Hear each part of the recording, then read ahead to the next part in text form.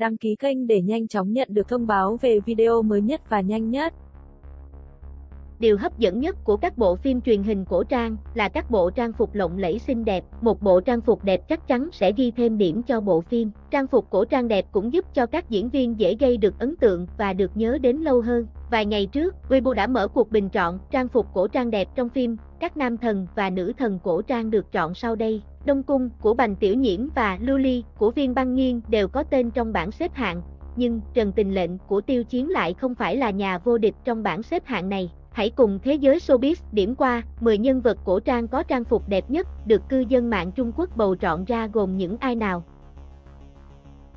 Ở vị trí đầu tiên hạng 10 là Bành Tiểu Nhiễm trong Đông Cung. Bộ váy đỏ tân cương của Bành Tiểu Nhiễm trong bộ phim Đông Cung thật sự rất đẹp và khó quên. Bộ trang phục này đã gây kinh ngạc ngay khi vừa xuất hiện trên phim. Ngày nay nhắc đến mỹ nhân cổ trang áo đỏ, mỹ nhân Tây Vực thì chắc chắn bạn sẽ nghĩ ngay đến Đông Cung. Phim Đông Cung được chuyển thể từ cuốn tiểu thuyết cùng tên nổi tiếng của tác giả Phỉ Ngã Tư Tồn. Bộ phim xoay quanh câu chuyện tình yêu đầy bi ai xuất phát từ cuộc hôn nhân chính trị giữa nàng công chúa Tây Lương Tiểu Phong, do Bành Tiểu Nhiễm thủ vai, xinh đẹp, và đương kim thái tử Lý Thừa Ngân, do Trần Tinh Húc thủ vai, cùng với những đau khổ rằng xé nội tâm giữa những con người, đó là những mâu thuẫn được đẩy lên cao trào xảy ra trong Đông Cung, cùng với những âm mưu đen tối chôn cung đình. Nhưng rồi cuối cùng thì những vòng xoay ấy lại khiến cho con người phải thay đổi và nảy sinh tình cảm với nhau. Thực tế, Bành Tiểu Nhiễm không phải là người Tân Cương, nhưng gương mặt của cô lại rất có nét và đặc điểm nổi bật phù hợp với vai diễn mỹ nhân Tây Vực này. Trước khi Đông Cung được phát sóng, Bành Tiểu Nhiễm thường bị cư dân mạng chê bai là khuôn mặt hot girl mạng,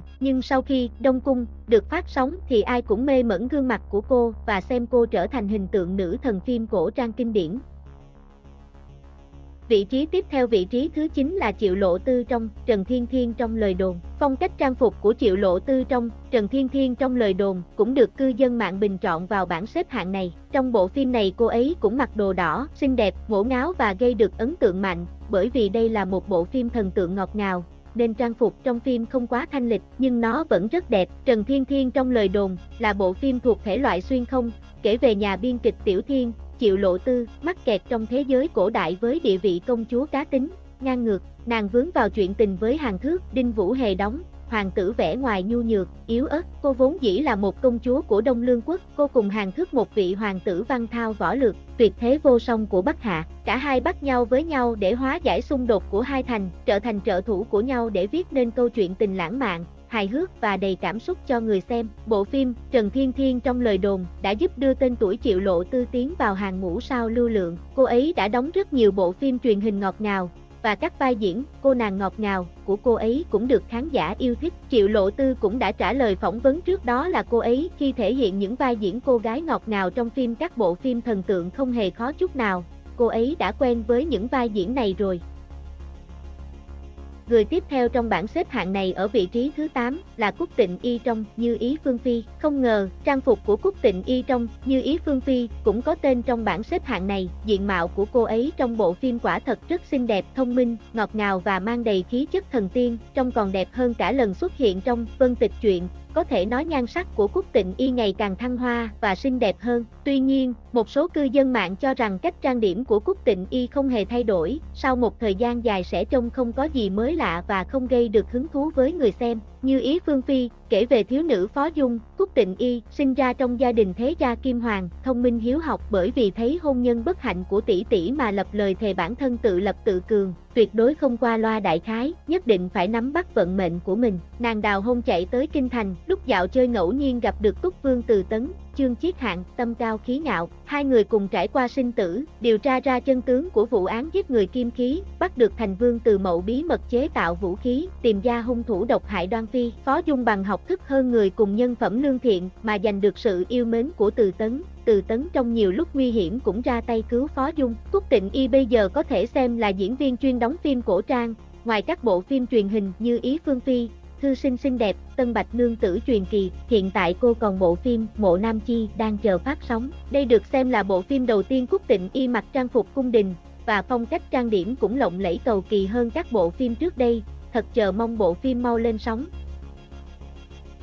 Hạng 7 trong bảng xếp hạng thuộc về Viên Băng Nghiên trong Lưu Ly. Trang phục của Viên Băng Nghiên xuất hiện trong bộ phim Lưu Ly đã đứng ở vị trí thứ 7. Mặc dù ban đầu mọi người đều không thích phong cách hóa trang quá điệu đà của cô, khiến cho ngoại hình của cô bị giảm đi, nhưng vì tạo hình nhân vật của cô rất thành công, nên tạo nên hiệu ứng thu hút khán giả hơn, làm người xem càng thấy đẹp. Lưu Ly là bộ phim cải biên từ bộ tiểu thuyết nổi danh của Thập Tứ Lan, phim xoay quanh thiếu nữ tên Trữ Toàn Cơ, Viên Băng Nghiên, trời sinh vốn thiệt thòi hơn người khác. Cô nàng bị khiếm khuyết lục thức, đồng nghĩa với việc 6 giác quan nghe, nhìn, nói, ngửi hay cảm nhận đều không trọn vẹn. Nàng và Vũ Tư Phượng, Thành Nghị, đệ tử Ly Trạch Cung cùng một nhóm huynh đệ sát cánh, gắn bó bên nhau vào sinh ra tử. Mối tình của nàng và Vũ Ti Phượng bị đè nặng bởi những âm mưu từ kiếp trước, nhưng họ vẫn kiên định nắm tay nhau, đối mặt với gió tanh mưa máu. Khán giả đều rất thích tạo hình thần chiến tranh trong bộ phim của cô ấy, siêu lạnh lùng, độc đoán và thần bí. Ở những đoạn cuối,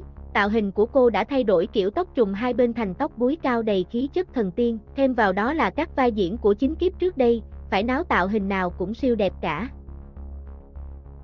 Người ở vị trí thứ 6 trong bảng xếp hạng 10 nhân vật cổ trang có trang phục đẹp nhất là Vương Nhất Bác. Trang phục của Vương Nhất Bác trong Trần Tình Lệnh cũng có tên trong bảng xếp hạng này. So với Tạ Doãn trong Hữu Phỉ, mọi người lại yêu thích trang phục thần tiên của Lam Vong Cơ trong Trần Tình Lệnh hơn. Lam Vong Cơ luôn xuất hiện với bộ đồ trắng trông như thần tiên thoát tục dáng trần, đẹp trai ngời ngời. Ma đạo tổ sư, Trần Tình Lệnh xoay quanh nhân vật chính Ngụy Vô Tiện, Tiêu Chiến. Kiếp trước Ngụy Vô Tiện hắn là Di Lăng lão tổ, ma đạo tổ sư tu hắc đạo, bị người nhà căm ghét, khiếp sợ, cuối cùng hắn bị người bạn thân thiết nhất dẫn quân tiêu diệt. 13 năm sau hắn sống lại trong thân thể của Mạc Huyền Vũ, một thiếu gia thất sủng của Mạc Gia Trang. Tại đây hắn gặp lại cố nhân Lam Vong Cơ, Lam Trạm, Vương Nhất Bác, cả hai rơi vào mớ rắc rối, cùng nhau đi tìm chân tướng sự việc. Lúc này Ngụy Vô Tiện phát hiện tình cảm đặc biệt của bản thân đối với Lam Trạm và biết được Lam Trạm là người vẫn luôn âm thầm đối tốt với hắn, chờ đợi hắn trong suốt 13 năm qua. Phải nói rằng Vương Nhất Bác đã thể hiện vai Lam Vong Cơ rất tốt, vừa có sự nhiệt tình nhưng cũng luôn kiềm chế trong khuôn khổ đạo luật, nhưng sâu trong trái tim anh ấy vẫn là một chàng trai bướng bỉnh. Hắn nhiều lần phá bỏ điều luật vì Ngụy Vô Tiện, vì giúp đỡ Ngụy Vô Tiện không ngại chống lại cả thiên hạ. Quả nhiên là 3.000 gia quy của giáo phái lại nuôi ra một kẻ si tình bất chấp tất cả.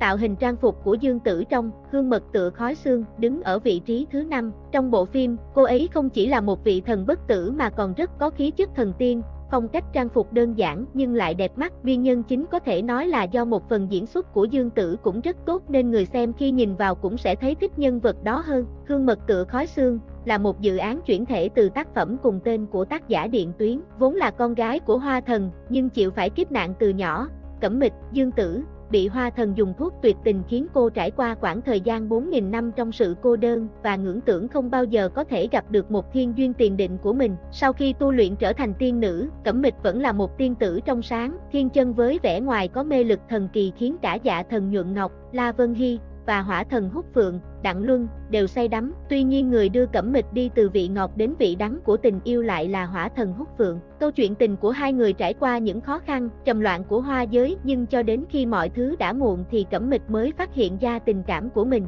Có thể nói trong cả bộ phim người xem ấn tượng nhất chính là trang phục áo cưới trắng, lộng lẫy và xinh đẹp. Trên thực tế, Dương Tử đã mặc áo cưới 4 lần trong bộ phim. Áo cưới đỏ xuất hiện trong lần lịch kiếp, áo cưới trắng khi đâm Hỏa Thần Húc Phượng, áo cưới đen khi kết hôn với Húc Phượng ở ma giới, và cuối cùng là bộ áo cưới cho lần đoàn tụ cuối phim của hai người.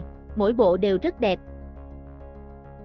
Ở vị trí thứ 4 trong bảng xếp hạng là Tiêu Chiến trong Trần Tình Lệnh. Có thể nói khi nói về Mỹ Nam cổ trang vạn người mê, thì dĩ nhiên không thể nào thiếu được nhân vật Ngụy Vô Tiện trong Trần Tình Lệnh. Sự xuất hiện của Tiêu Chiến trong bộ phim được xem là một tác phẩm kinh điển, có thể nói trong 10 năm nữa mức độ nổi tiếng của bộ phim này vẫn sẽ không giảm sút đi chút nào. Nó vẫn sẽ được yêu thích như lần phát sóng đầu tiên vậy. Thậm chí dù bộ phim đã được phát sóng hơn 3 năm, nhưng vẫn có rất nhiều khán giả trung thành vẫn xem đi xem lại bộ phim này. Trần Tình Lệnh là bộ phim truyền hình Trung Quốc được dựa trên tiểu thuyết đam mỹ nổi tiếng Ma Đạo Tổ Sư của tác giả Mạc Hương Đồng Cứu. 16 năm trước, đệ tử của Vân Mộng Giang Thị Ngụy Vô Tiện, Tiêu Chiến, một người sống phóng khoáng, tùy hứng nhanh chóng kết bạn cùng Lam Vong Cơ, Vương Nhất Bác, nhị công tử của cô Tô Lam Thị, người luôn luôn lạnh lùng, cương trực. Trong cuộc hành tẩu, hai người đã phát hiện người đứng đầu Ôn Thị là kẻ chủ mưu độc ác đứng sau hàng loạt các âm mưu sử dụng âm thiết để đàn áp các thế gia. Tuy nhiên sau khi giành chiến thắng, các gia tộc, Đứng đầu là Lan Lăng Kim Thị đưa ra chính sách độc ác tận diệt với người của Ôn gia. Bất bình trước cảnh tượng đó, Ngụy Vô Tiện đã đứng ra bảo vệ hai chị em Ôn Tình, Ôn Ninh cùng một số người vô tội của Ôn gia, đưa họ lên loạn tán cương sinh sống. Ngụy Vô Tiện trở thành kẻ phản nghịch đối đầu với các gia tộc tu tiên, và được cho là đã chết sau sự kiện huyết tẩy Bất Dạ Thiên khi bị các đại gia tộc vây quét tấn công. Ngụy Vô Tiện xuất hiện trở lại 16 năm sau đó tại Mạc Gia Trang sau khi được Mạc Huyền Vũ hiến xá, tiếp tục cùng Lam Vong Cơ để giải quyết một loạt bí ẩn giết người, cuối cùng tìm ra và đánh bại thủ phạm thực sự. Tiêu Chiến đã lột tả được một Ngụy Vô Tiện rất đầy đủ,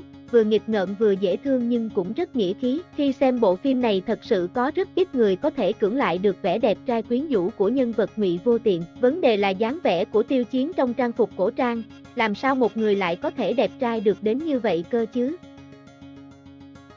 Do sự nổi tiếng của Trường Ca Hành, Địch Lệ Nhiệt Ba đã được bình chọn ở vị trí thứ 3. Trên thực tế, sau khi bộ phim được công chiếu, trang phục của Nhiệt Ba trong bộ phim đã bị thay đổi nhiều lần. Hai chiếc dâu tôm có vẻ thừa thãi còn làm cho vẻ đẹp của Nhiệt Ba bị giảm sút. Mọi người đều cho rằng phong cách trang phục Trường Ca Hành không được đẹp, nhưng nhờ vào vẻ đẹp của Nhiệt Ba mà đã cứu vớt lại cho bộ phim. Trường Ca Hành lấy bối cảnh thời Đường Năm Vũ Đức thứ 9, nội cung sinh biến, Lý Trường Ca, Địch Lệ Nhiệt Ba vốn là con gái của thái tử trên đường trốn chạy lưu vong gặp gỡ đặc cần A Sử Na Chuẩn, Ngô Lỗi của bộ lạc đột quyết trên thảo nguyên, tên khác gọi là Tần Chuẩn. Hai người không đánh không quen biết, dần dần có cảm giác luyến tiếc khí khái anh hùng của nhau. Trường Ca lăn lộn lưu vong, trải qua bao sóng gió, nàng dần dần lĩnh hội đạo lý rằng lòng nhân từ là bất khả chiến bại, cuối cùng hoàn toàn bỏ xuống ân oán cá nhân. Sau khi phát hiện ra thế lực nhà Tiền Tùy ở phía sau gây rối, Trường Ca và Na Chuẩn cống hiến sức lực của mình, hợp sức bảo vệ hòa bình giữa Đại Đường và Thảo Nguyên. Cả hai cuối cùng cũng nhận ra tình cảm dành cho nhau, cùng chung tay vượt qua tình thế hiểm nguy.